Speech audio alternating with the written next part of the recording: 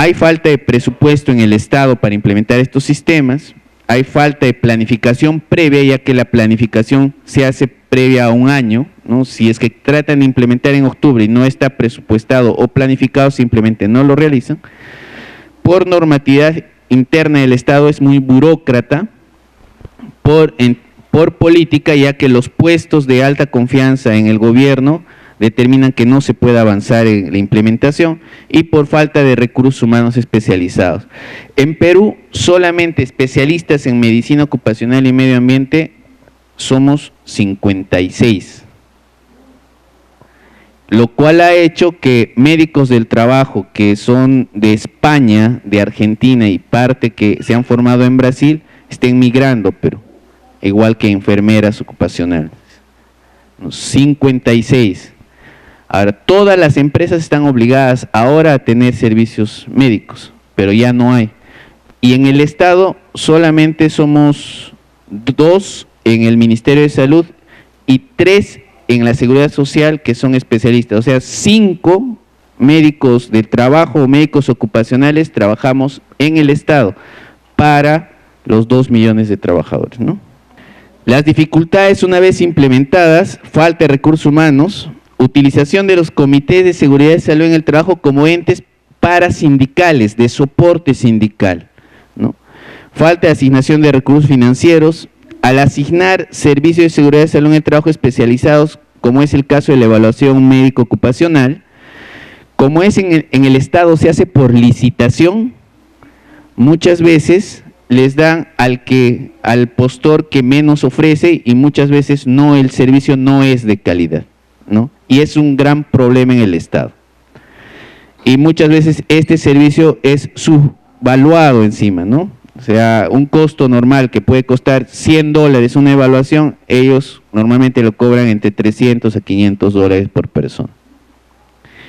Una vez identificadas las condiciones laborales o factores de riesgo por puesto, no hay la reactividad que se necesita del Estado para mejorar el puesto de trabajo. ¿Qué ha mejorado en las entidades públicas? Autoridades y trabajadores con conocimiento de las características del sistema de gestión. Estamos hablando solamente del 3% de las entidades públicas. Algunos programas se han implementado, programas de ergonomía y de alimentación. Hemos justificado el tema de seguridad y salud en el trabajo para dar alimento dentro de los organismos públicos. Concientización en grupos de trabajadores sobre la protección de su salud y la de sus compañeros, y primeras notificaciones de accidentes y enfermedades en el trabajo en el sector público que solamente se han realizado entre el 2011 y el 2012. ¿Cuáles son las estrategias principales para la implementación que hemos tomado? Es alianzas estratégicas con gremios y asociaciones de trabajadores, instituciones académicas nacionales e internacionales, universidades y sociedades científicas, ¿okay? Instituciones especializadas que de una u otra manera, al capacitar y dar gratis el servicio al empleador en primera instancia, ya le creas la necesidad para que implemente y planifique al año siguiente. En primera instancia, entonces, el primer año es gratis y el segundo año ya lo implementan porque lo planifican, ¿no? Estos son los registros, son 11 registros obligatorios por ley de accidentes, de enfermedad, de exámenes, etcétera. El registro de monitoreo de agentes físicos, las inspecciones, las estadísticas, que son fiscalizados por el Ministerio de Trabajo. Bueno, esta parte estaba separada para preguntas, pero creo que es el tema que en realidad hacia dónde vamos, era lo que decía René Méndez, el doctor René Méndez el día de la inauguración, hacia dónde vamos, esperemos que podamos implementar todo el servicio. Esta ponencia dedicada hacia los trabajadores de mi patria como Fondo La Bandera del Perú, y invitarlos a poder conocer Machu Picchu. Estamos entre septiembre y octubre también nosotros realizando actividades académicas y los recibimos con los brazos abiertos. Muito obrigado.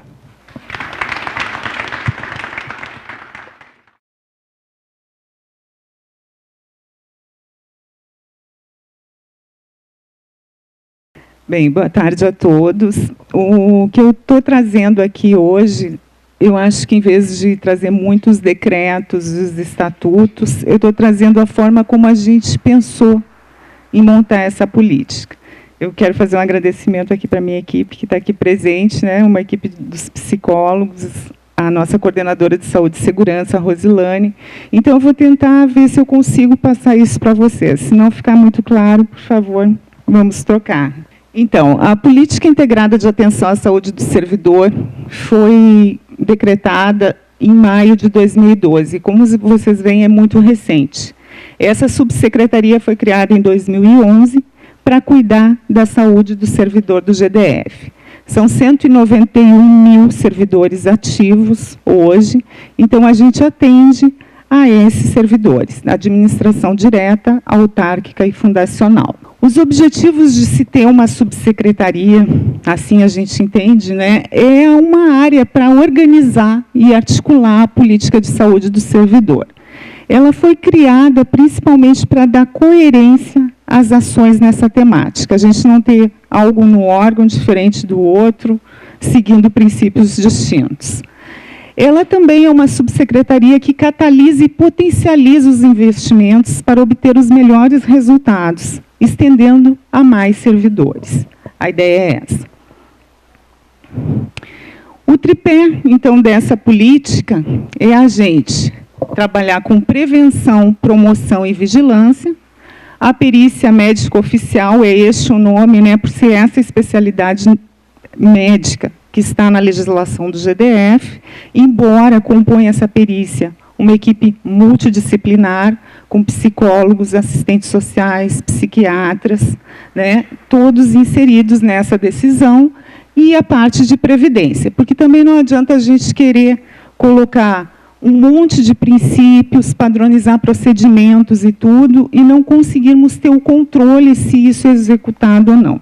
Então, a parte de previdência age junto, se necessário, mudando isso, estudando, né, propostas. E a nossa ação, como o Marco colocou, é principalmente um acordo de cooperação técnica com os gestores de pessoas dos órgãos. Porque eu penso assim, a gente não pode estar só nessa base da assistência, e sim agir na promoção. Então, a gente age analisando condições de trabalho, organização de trabalho, relações socioprofissionais, e o que nisso não está dando conta esse gestor de pessoas no órgão. Que diálogo é esse que está acontecendo lá? As normatizações. Para isso, então, com essa ideia de dar coerência às ações em saúde do servidor, a gente começou a normatizar, e normatizando por meio da escrita. Lançamos 2 manuais oficiais de governo, Manual em Saúde Ocupacional, de Saúde e Segurança no Trabalho, desculpa, e o Manual Oficial de Perícia Médica. O nosso regime, né, o regime jurídico único do servidor do Distrito Federal, então, ali é uma forma de dar visibilidade a isso para quem usa também. Estamos indo para o 3º manual, que é o Manual em Saúde Mental, e assim a gente faz uma trilogia dessa temática em saúde, que anteriormente não existia. O objetivo desses manuais, então, alinhar princípios legais à prática, clarear as ações a todos os envolvidos, desburocratizar processos e diferentes profissionais com a mesma prática. A ideia é a gente compartilhar com essa equipe. O diálogo. A área possui condições de receber propostas para ampliar e melhorar os serviços, atuando em diferentes instâncias políticas e institucionais, agilizando a aprovação de leis que melhorem as condições do trabalho. Aqui a gente fala principalmente por essa parceria, a gente tem uma parceria hoje, um protocolo de intenções assinado com o Ministério do Planejamento, seguindo essa política, podendo tornar uma política de Estado, ao invés de uma política de um governo, né? A gente tem as câmaras técnicas regionais, feitas via CONSAD, Norte, Nordeste, Sul, Sudeste, Centro-Oeste, trocando experiências nessa área de saúde do servidor, com o Ministério da Saúde, fóruns de discussões com o CONAPREV. Então, é uma ideia a gente ampliar isso, é trazer à tona um tema que muitas vezes fica baseado só na assistência. Aí eu trago alguns exemplos de políticas públicas criadas, e aí sim, com essa pesquisa na organização de trabalho, nas relações socioprofissionais, a gente tem dados. E aí que são criados os programas, para a gente não ficar cada vez mais lá na porta enchendo perícia médica. A gente precisa prevenir isso.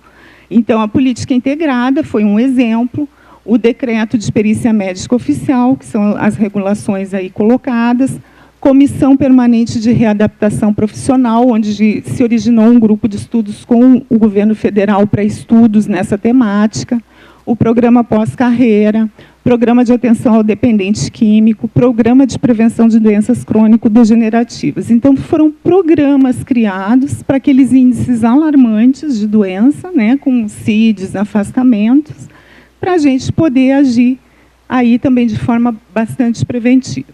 A Subsaúde é um fórum aberto à contribuição de todos que têm um objetivo comum de melhorar a saúde do servidor. Os profissionais de saúde são os protagonistas desse processo, sem os quais nenhuma política de saúde será efetivamente realizada. Eu acho que quando a gente se forma lá, a gente faz um juramento, né, perante a sociedade, de agir com ética e se imbuir nesse fato de realmente melhorar essa saúde. A ideia é essa, né? Nós não estamos fechados, embora tenha sido decretada uma política, a ideia é a gente ampliar isso. E é isso que a gente vem fazendo. Trazendo, botando, como o colega falou, né, colocar em cena. Se for em universidades, a gente tem muitos trabalhos científicos publicados, inclusive premiados aqui, né? A gente está com a nossa gerente de epidemiologia aqui, que recentemente, num congresso, teve um trabalho premiado, porque a ideia é essa, é somar. Então, é isso que eu trago hoje para vocês, me coloco à disposição depois, no final, para perguntas, mas a ideia mais é a concepção de como ela veio à tona. Muito obrigada.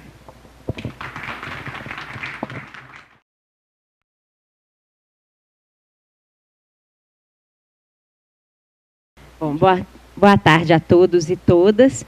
Primeiro, agradecer essa oportunidade. Quando do convite, eu comentei com o Sérgio, de que a gente teria a possibilidade de falar de uma história em construção. Belo Horizonte, como a grande maioria dos municípios, tem essa inscrição muito recente, não na perspectiva da organização dos serviços de perícia médica, porque isso a gente já tem há muito tempo, mas na perspectiva de dar uma perspectiva sistêmica à atenção à saúde do servidor. Isso é muito recente e a gente vem nesse esforço já desde 2009, quando nós realizamos um primeiro diagnóstico, buscando o que hoje está reportado, né, num decreto que fundou o programa Saúde Mais. Aqui, só para vocês terem um pouco de que realidade é essa que nós estamos falando, que depois que o Marcos falou de 1.100.000, eu preciso contar que o assunto da gente são 45 mil servidores públicos, que aí com mais os terceiros chegaria a 67 mil. É uma população principalmente feminina, são 70% mulheres, 30% masculino, e 49% dessa população está acima dos 44 anos de idade. E isso faz toda a diferença quando a gente vai pensar política de saúde, principalmente pelo que nós ainda não caminhamos. Bom, então, agora, em 22 de abril, a Prefeitura, né, o prefeito assinou um decreto municipal que instituiu o Saúde Mais, que é o Programa de Atenção à Saúde e Segurança do Servidor.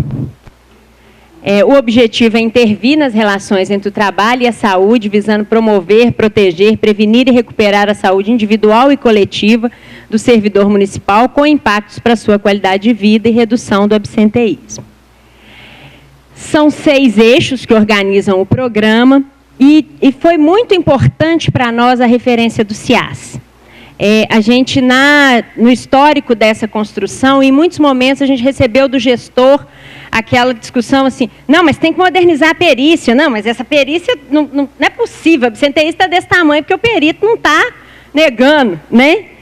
E aí, a gente, nesse momento, fez um movimento de ir a Brasília com os gestores, né? O Marco participou dessa reunião, o Sérgio Carneiro era o diretor à época, e foi muito importante para a perspectiva que o município assumiu, a posição que o governo federal assumia naquele momento de trazer para si, como dever do Estado, a garantia da atenção à saúde do servidor. E isso é que passou a inspirar, então, a forma como a gente se organizou, a vigilância de ambientes e processos de trabalho, promoção e prevenção, exames periódicos, assistência, perícia médica e readaptação, todos como elementos de um ciclo que se retroalimenta. Então, no eixo da vigilância de ambientes e processos de trabalho, a gente assume o compromisso, e nesse ano nós tivemos a disponibilidade de recursos para a contratação de mais 18 técnicos de segurança do trabalho, 2 engenheiros do trabalho, para permitir que a gente tenha condição de fazer o PPRA do conjunto das unidades até 2016. Serão constituídas comissões de saúde e segurança ocupacional. Hoje as nossas indiretas têm CIPAs funcionando, mas a gente quer que um novo desenho para a direta, que respeite os princípios previstos pela CIPA, mas que a torne uma estrutura um tanto mais democrática. E um outro desafio é elaborar diretrizes para a saúde e segurança de terceiros. E aí a gente sabe que é mexer no vespeiro, né? É introduzir nos contratos regras mais duras em relação àquilo que se deve oferecer, e sabemos que essa vai ser uma construção que vai tomar tempo.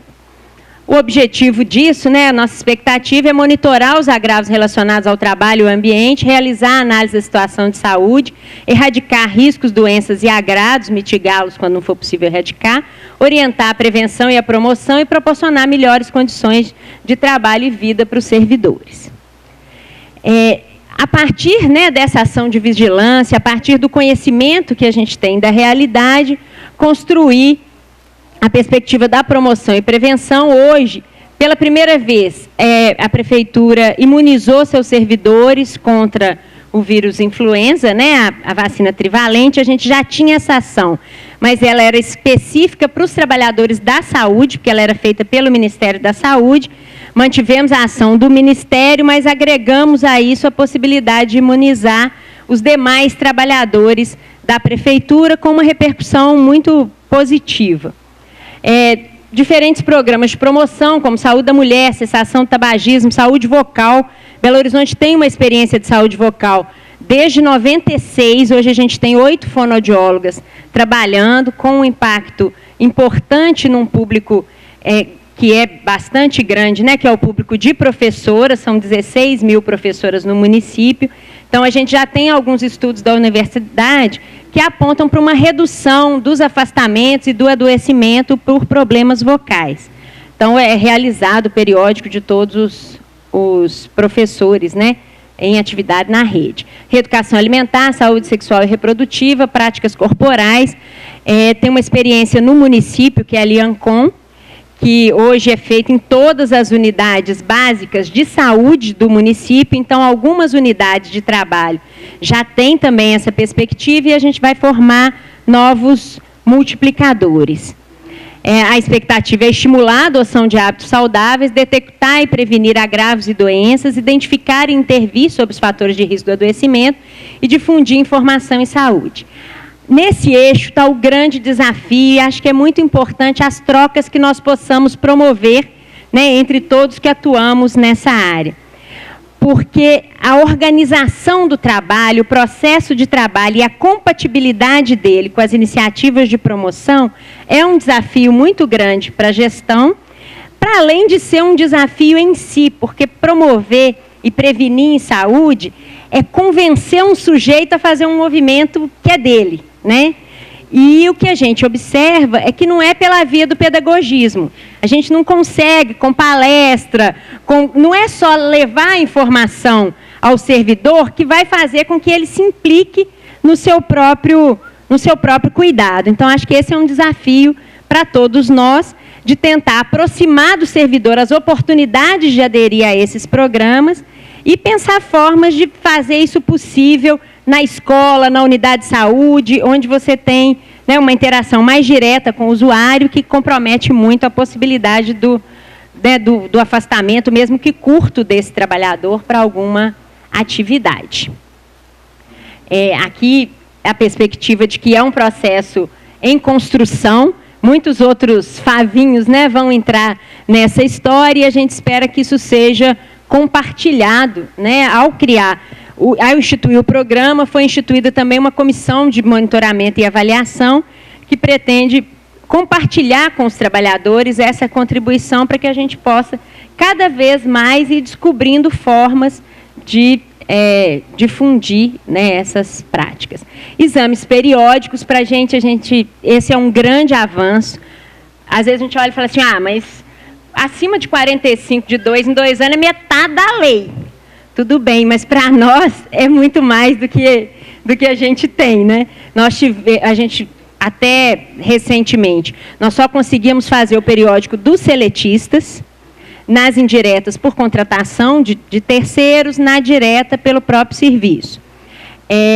Então, a partir desse ano, está firmada a meta de até 2016, todo servidor ter feito pelo menos um periódico. Então, os servidores expostos a risco vai ser anual e, em alguns casos, bianual.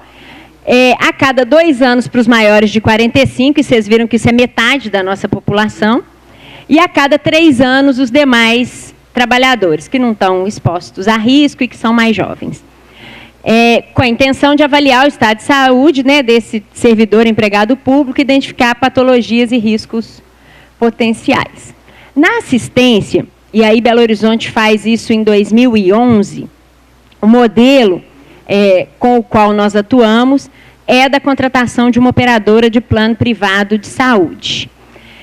O município tinha um órgão que foi um órgão previdenciário. Em 98, ele perdeu esse estatuto de órgão de previdência, mas ele continuava prestando assistência direta, mas para um volume muito pequeno e de forma muito ineficiente.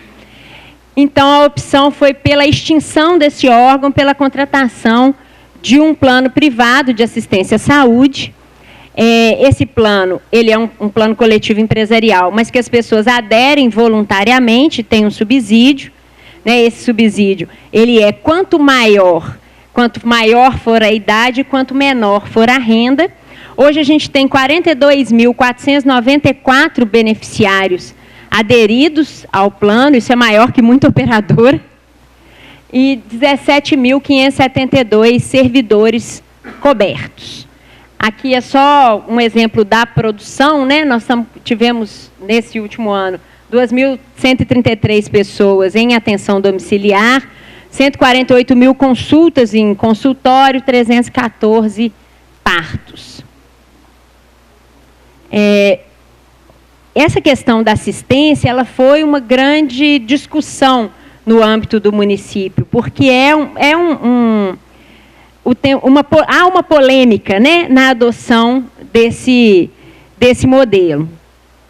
A gente entende da questão do sistema único, mas entendemos também da obrigação da prefeitura como empregador e da demanda desse trabalhador por assistência. E o que a gente observou, que é bastante preocupante, é que, por exemplo, 54% dos agentes comunitários de saúde, né, e agentes de combate à endemia aderiram a plano de saúde. A gente tinha uma expectativa de que esse grupo que está atuando no próprio setor saúde não fizesse essa adesão, né?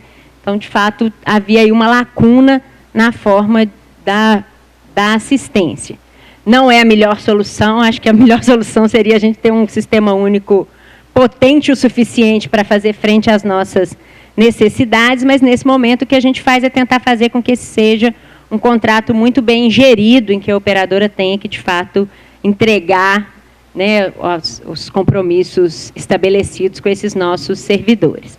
A modernização da perícia médica.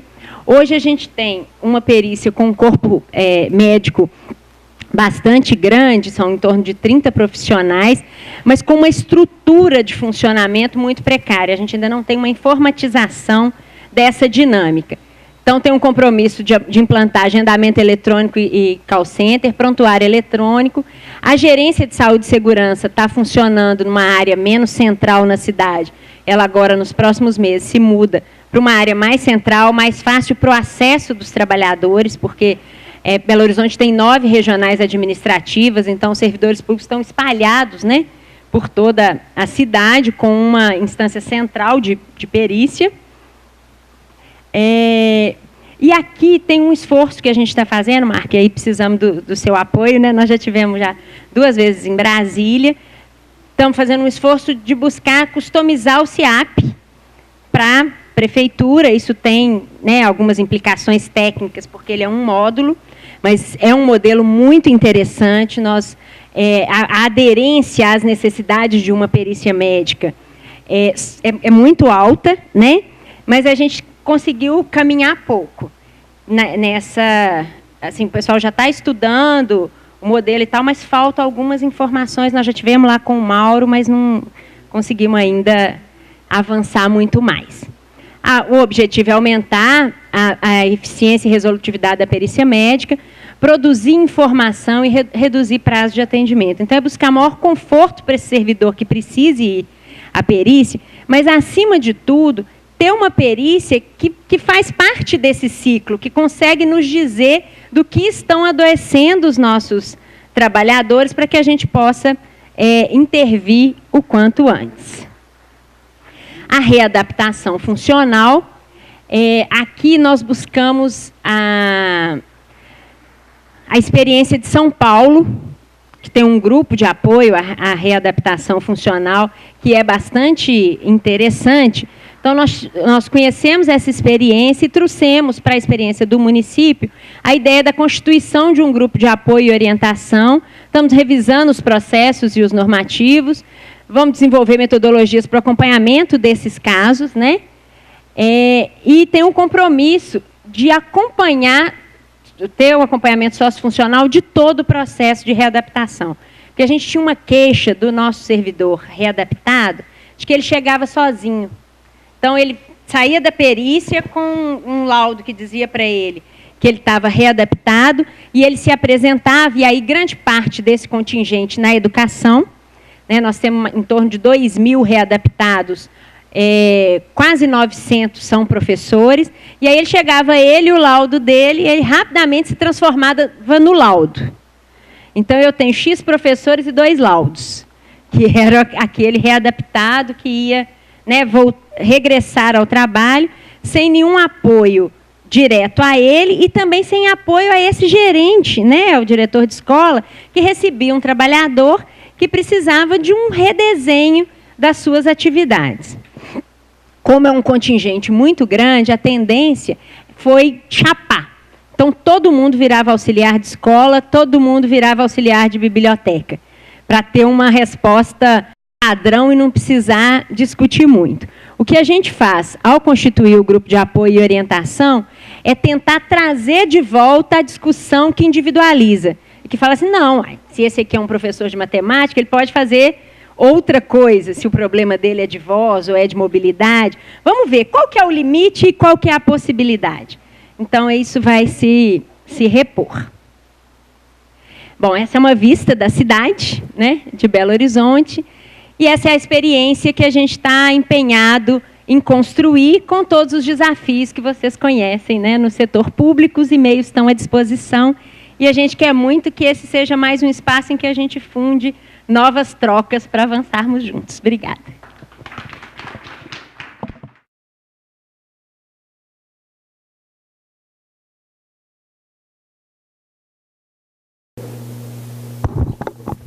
Boa tarde a todos.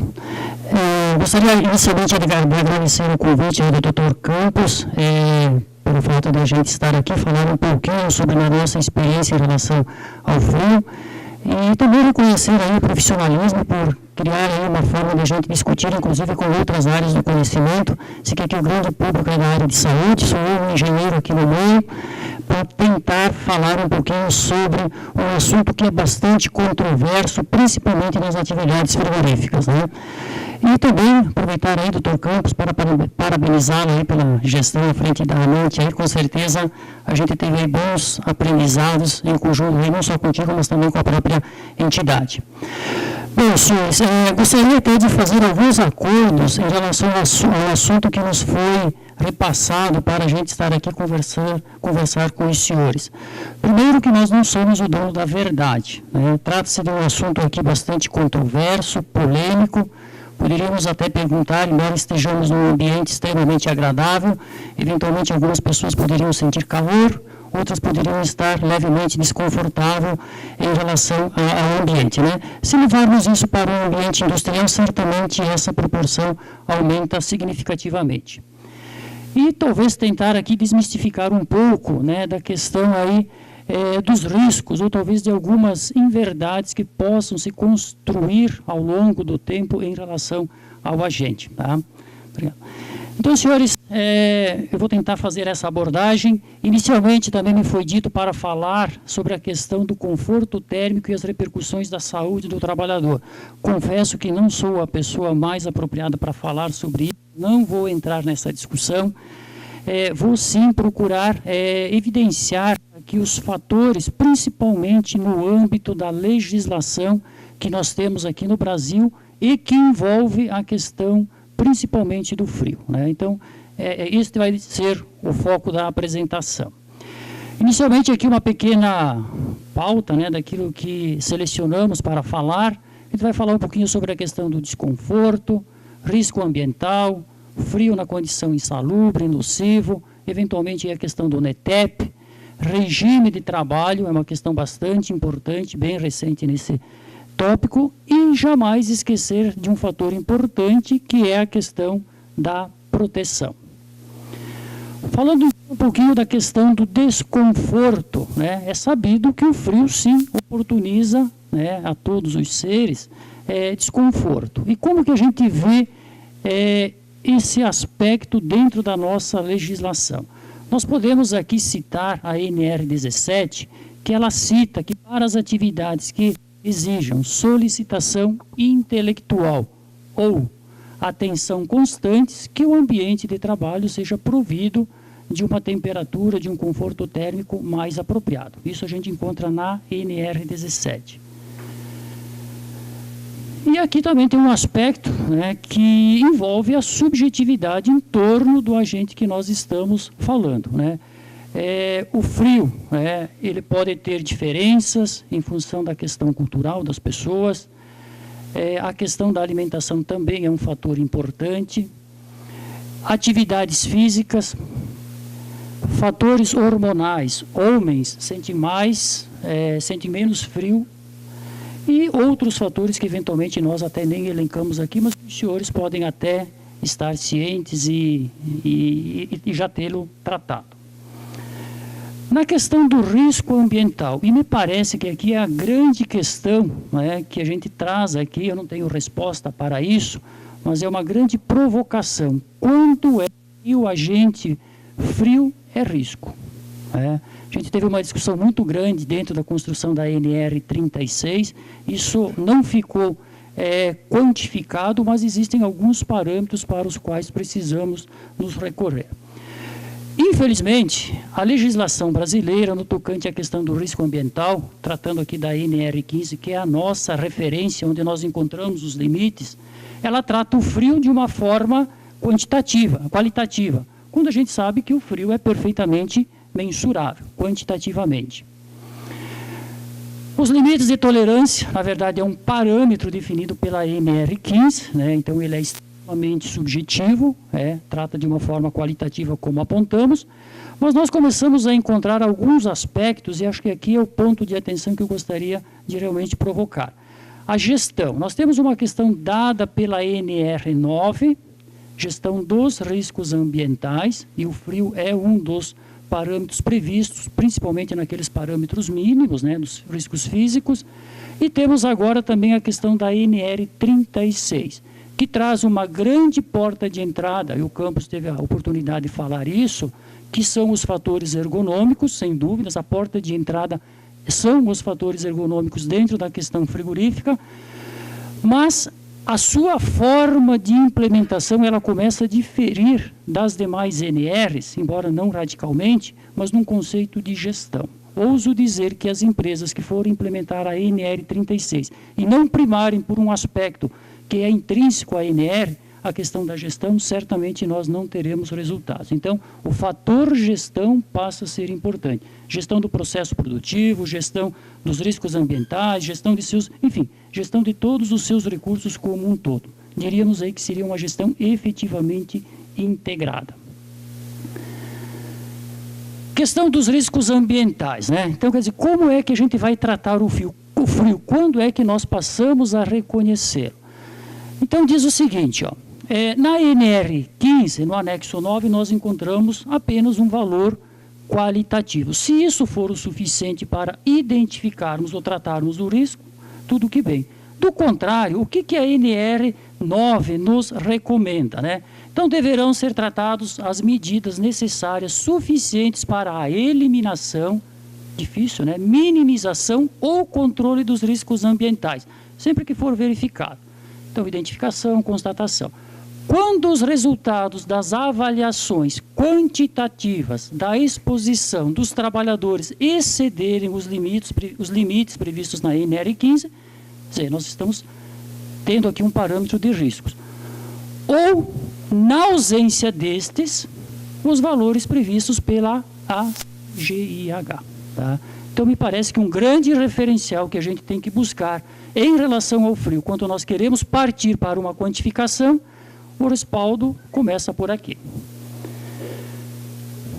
Ademais, na questão da insalubridade, né? Então, aqui nós temos toda a contextualização prevista na NR 15, né? E aqui ela fala, então, aquilo que nós comentamos até então, né? Então, o frio, né, ele está aqui comprovados através de laudos de inspeção no local de trabalho, constantes nos anexos tais, cuja redação, e aqui eu gostaria de chamar a atenção, que o núcleo, né, legislativo que nós temos no Brasil, único, por enquanto, para tratar da questão de insalubridade em relação ao frio, está aqui, NR 15, anexo 9. Né? Vou ler. As atividades ou operações executadas no interior de câmaras frigoríficas ou em locais que apresentam condições similares que exponham os trabalhadores ao frio, sem proteção adequada, serão consideradas insalubres. Ademais, outro aspecto que nós temos na nossa legislação é a questão da nocividade, né? Os parâmetros lá para a aposentadoria precoce previsto pela Previdência Social. Então, temos aqui o decreto 3.048 de 99, que regulamenta a lei 8.213 de 91. O que nós encontramos? O que o Estado define em relação ao frio? Nada.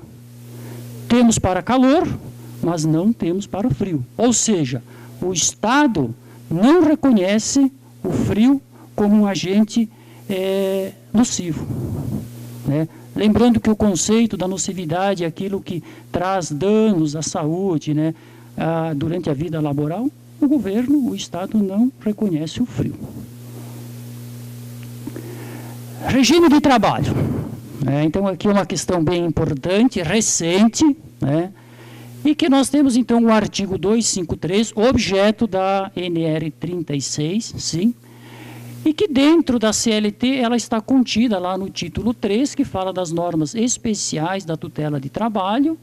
No capítulo 1 fala das disposições especiais sobre a duração e condições de trabalho. Vejamos, o artigo 253 ela é parâmetro para definir a jornada de trabalho, tempo de trabalho, ponto. E aqui fala então para os empregados que trabalham no interior de câmaras frigoríficas ou movimentam do quente para o frio, vice-versa, né? Após 1 hora e 40 minutos, 20 minutos de descanso. E aqui tem um parágrafo único que define a questão das zonas climáticas, né? Aqui do Brasil, né? Então, 15, 12 e 10 graus, ou 10, 12 e 15, dependendo da região, são esses parâmetros. Havia uma controvérsia em relação a essa questão, né? E que o TST agora pacificou através da súmula 438, onde equipara, então, os ambientes artificialmente frios, né? Então, quer dizer, um ambiente, uma sala climatizada, na nossa região sul, né? Abaixo de 10 graus, ou abaixo de 12, ou abaixo de 15, dependendo da região. Então, ela é equiparada, assim, aplica-se a questão do artigo 253. Volto a salientar, para fins de jornada de trabalho, então, somente. Questão do NETEP. Não vou entrar muito aqui no mérito, né, mas alguns profissionais nos auxiliaram. O que a gente encontra na nossa legislação, né? Então, doenças associadas diretamente ao frio, né? Síndrome de Renault e frostbite, né? Quer dizer, devem existir outras, né, mas são basicamente as principais. Quando a gente remete isso para o NETEP do setor frigorífico, nós não encontramos nenhuma doença. associada diretamente. Podemos ter aí outros fatores correlacionados, mas diretamente nós não encontramos. Lembrando da questão das proteções, né? O que nós encontramos? NR15, anexo 9, fala que é risco para fins de insalubridade quando nós não tivermos proteção adequada. Tá? Essa expressão ela consta na legislação. Aí vamos buscar as normas que nos dão respaldo para a questão da proteção. NR6, ela cita lá proteção para a cabeça, membros superiores, membros inferiores, proteção do corpo inteiro. Chamar a atenção que eventualmente a gente vê ali nos nossos programas legais, PPRA, PCMSO, principalmente perícias judiciais, exigindo proteção das vias respiratórias. Pergunto, onde está o respaldo? Não tenho resposta, mas é um questionamento que fica. NR 36, no seu item 36.10, ela fala de EPIs e vestimenta do trabalho. Quer dizer, é um termo novo, em termos de proteção para o trabalho. E vestimenta, nos corrijam, né? Quer dizer, é diferente de EPI. EPI é EPI com toda a sua regulamentação técnica. Vestimenta, dentro do conceito da NR que foi estudado, é um equipamento, um abrigo, um agasalho, uma proteção adicional para permitir o conforto térmico do trabalhador, né? Que poderá fazer uso ou não, dependendo da sua suscetibilidade. Quer dizer, ele tem essa livre opção. Como nós falamos aqui inicialmente, quem está com frio, quem está com calor. Isso é muito subjetivo, é variável. Então, a NR 36 traz esse conceito da proteção por vestimentas. E um detalhe interessante que na parte dos EPIs, né, aqui falando dentro da NR 36, ela fala que o empregador deve fornecer meias para os ambientes frios. Ponto. Né? Meia. Na condição de EPI.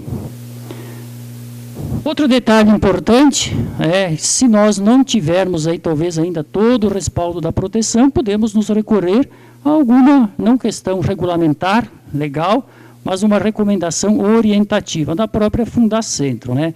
É dizer, quando nós encontramos aqui os níveis de resistência térmica das vestimentas, né? Chamado CLUA. Quer dizer, podemos nos recorrer a isso a partir do momento em que nós vamos usar uma vestimenta que não tem CA, é bom que se diga, e agora fica a dúvida, qual é a proteção? Então, talvez aqui uma sugestão que a gente observe essa recomendação da própria Fundacentro. Muito bem. Pessoal, então, resumindo, finalmente, que eu gostaria de tentar sintetizar aquilo que a gente falou. Qual que é o núcleo legislativo que a gente encontra em relação ao frio? É a NR 15, anexo 9. É lá que nós vamos encontrar se o frio é um risco, sim ou não.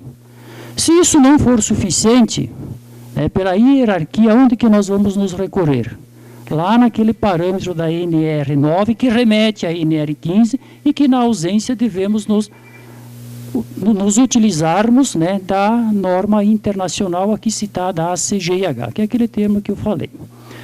Bom, aqui uma provocação, por vezes, né, a gente encontra profissionais, empresas, entidades, enfim, pelo Brasil afora, alguém usando o artigo 253 para definir o que é frio, como risco, o que não deve ser feito. Porque o frio, como o 253 tem uma finalidade específica, restrita, duração da jornada de trabalho.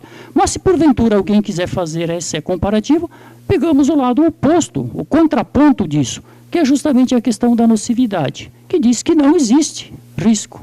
O governo, o Estado, não reconhece o frio como sendo um risco para fins de concessão da aposentadoria ou como fator nocivo. Não bastasse isso, nós temos também que observar a questão das proteções. Quer dizer, onde que nós encontramos? O que nós temos em relação ao frio? Vestimentas, previstos na nova NR, EPIs, repouso térmico, NR6, NR9, NR15, NR36. E talvez alguma outra coisa a mais que não foi citada aqui nesse momento. Mas nós temos mecanismos também de, diante da presença do agente, ter o seu respaldo de proteção, né? Não obstante a isso, né, a gente poderia também extrapolar o nosso globo e buscar respaldo na questão do NETEP, né, que como a gente falou, quer dizer, o NETEP ele não está dentro desse contexto, é algo que está fora que podemos utilizar Podemos nos utilizarmos como referência, né? Como já falamos, para o frio diretamente, principalmente para o setor frigorífico, nós não encontramos correlação, não encontramos nexo.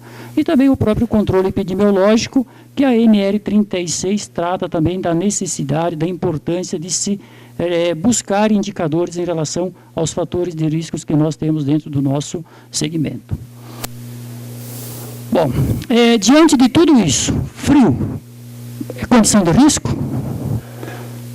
A resposta não sei, né? Mas algumas questões nos levam a gente ter algumas convicções, né, da qual eu acredito. Não resta dúvida que se o frio for muito intenso, não há como negar que não seja uma condição de risco, né? Temperaturas bastante intensas, né? Agora, por outro lado, também temos a convicção de que se o frio ele é de uma menor intensidade, embora ele possa ter uma conotação de risco, nós temos mecanismos muito fáceis e à mão para controlá-lo, para gerenciá-lo, né? Então, talvez a resposta aqui depende, né? Vai variar de acordo com a intensidade em que o nosso ambiente de trabalho apresentar. Para finalizar, gostaria de trazer esse comparativo com relação a outros agentes, né? Como que nós trabalhamos o frio aqui no Brasil? Vejamos, nós temos o ruído, uma jornada de 8 horas. O nível ideal de conforto previsto pela NR17, 65 decibéis. Qual é o nível de ação? 80 decibéis. Linear de risco, aqui é importante. Quando é que o frio passa a ser, quando é que os agentes passam a se constituir risco? Pela NR15, aqui no Brasil, 85. O decreto da Previdência Social usa o mesmo parâmetro, 85, é claro que tem que ser normatizado, né? O famoso NEM. É risco grave iminente quando for superior a 115, e a CGIH fala também em 85 decibéis. Vejamos, nós temos uma condição muito similar, aliás, idêntica, entre as diversas entidades, os diversos parâmetros aqui citados. Quando nós falamos na questão do calor, considerando que, então, uma atividade leve, com 100% do trabalho, de trabalho no local. Nível ideal de conforto, buscando aqui a NR17, nível de ação nós não temos, linear de risco 30, o decreto da Previdência Social usa o mesmo critério, na CGIH nós encontramos 29,5. Dependendo dessa condição aqui, pode variar um pouco para cima, um pouco para baixo. O que eu quero dizer? Existe uma sinergia nesse aspecto também, uma coerência.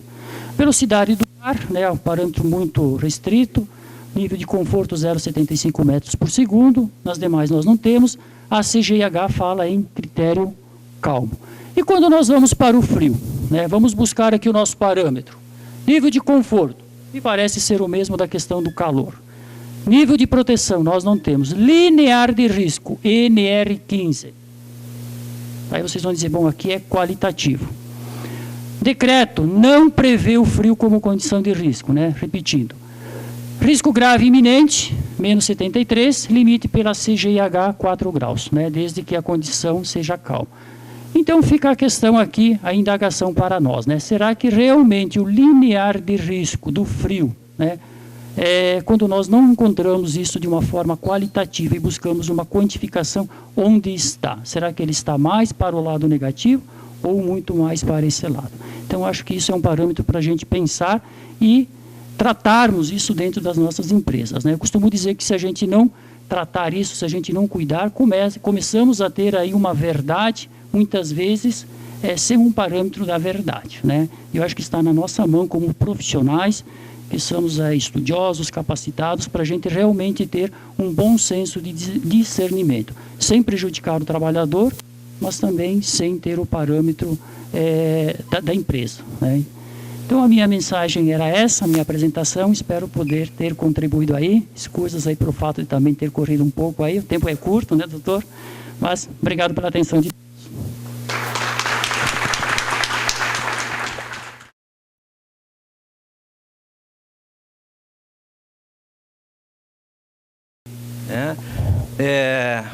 Eu me perguntei muito quando o meu amigo fez o convite, o nosso presidente, na condição de profissional que trabalha muito bem há muitos anos na área frigorífica, Achou em função da própria NR36, né? Então, acho que a ANANT fez muito bem em escolher pelo menos um evento, tanto que a sala está cheia, esse é o maior exemplo, né? Mas olhando esse título aqui, a recomendação de melhoria continuada na gestão do processo produtivo. Porra, eu não sou gestor de porra nenhuma, né? Eu fiquei pensando assim, por que me convidaram? O que eu estou fazendo esse negócio? A primeira vontade foi dizer não.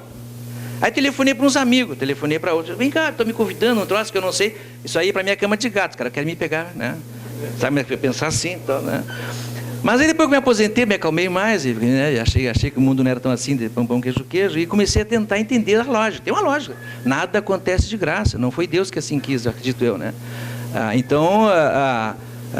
Eu comecei a pensar. E agora, assistindo os meus 2 antecessores, caiu a ficha. Porra, agora sim, eu tenho que estar lá, mano. Estão me chamando. Então, me sinto muito à vontade, porque realmente, né, eu acho que cabe um papel importante. Acredito agora na importância da minha presença e todo o meu receio que eu tinha, porque eu preparei uma coisa que não tem nada a ver com isso, né? O que eu vou falar não tem nada a ver com melhoria continuada e com gestão de processo produtivo. Eu não sei nada de gestão de processo produtivo, não é a minha área de atuação, né? E eu digo assim, meu pai me ensinou, com meu filho, quando era um banquinho, tu sobe. Porque se tu não subir, o outro vai subir. Então me ofereceram o banquinho, eu subi, agora eu estou vendo, e estou no lugar certo. O que eu vou falar, acho que tem a ver com o que vocês querem ouvir aqui. Tá? E agradeço muito, e acho que foi muito correta a tua escolha, não pela minha pessoa, mas pela minha experiência de vida que me faz falar um pouquinho disso. Tá? Um pouco assim, tem coisas que me deixam alegre.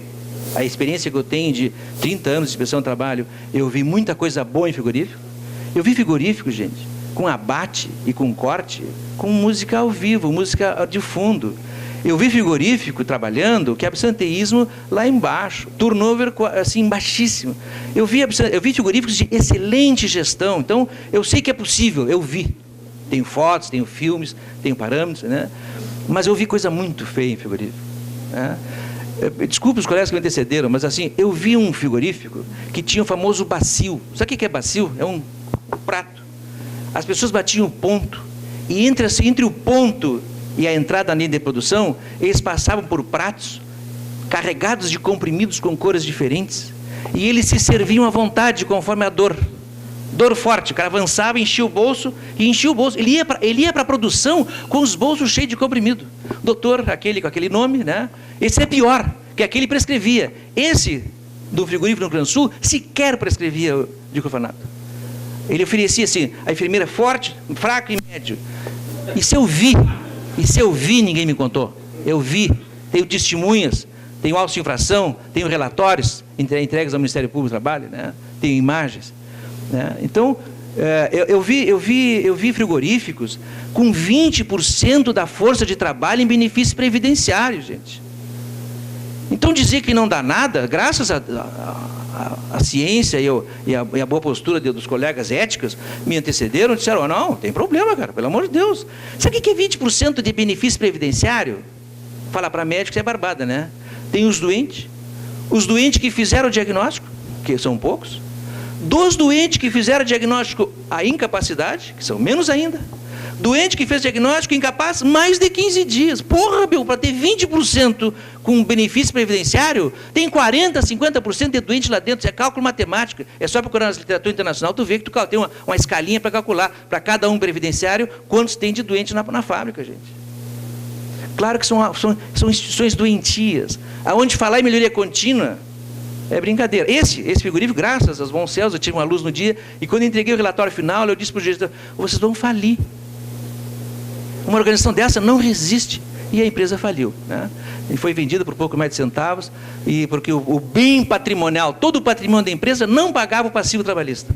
E o comprador não quis comprar e acabou alugando uma massa falida. Então, gente, eu vi multinacional com coisas horrorosas. Então não é o tamanho. E eu vi frigoríficos pequenininhos, maravilhosos, vi frigorífico grande, bons, ruim. Então não é o tamanho do frigorífico, não é o santo do dia, não é a região dos moradores. Tá?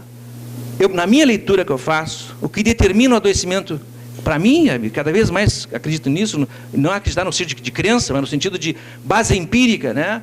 É a forma que o trabalho é organizado. Eu tenho clareza, assim, como o trabalho é organizado é um grande determinante do adoecimento em frigorífico.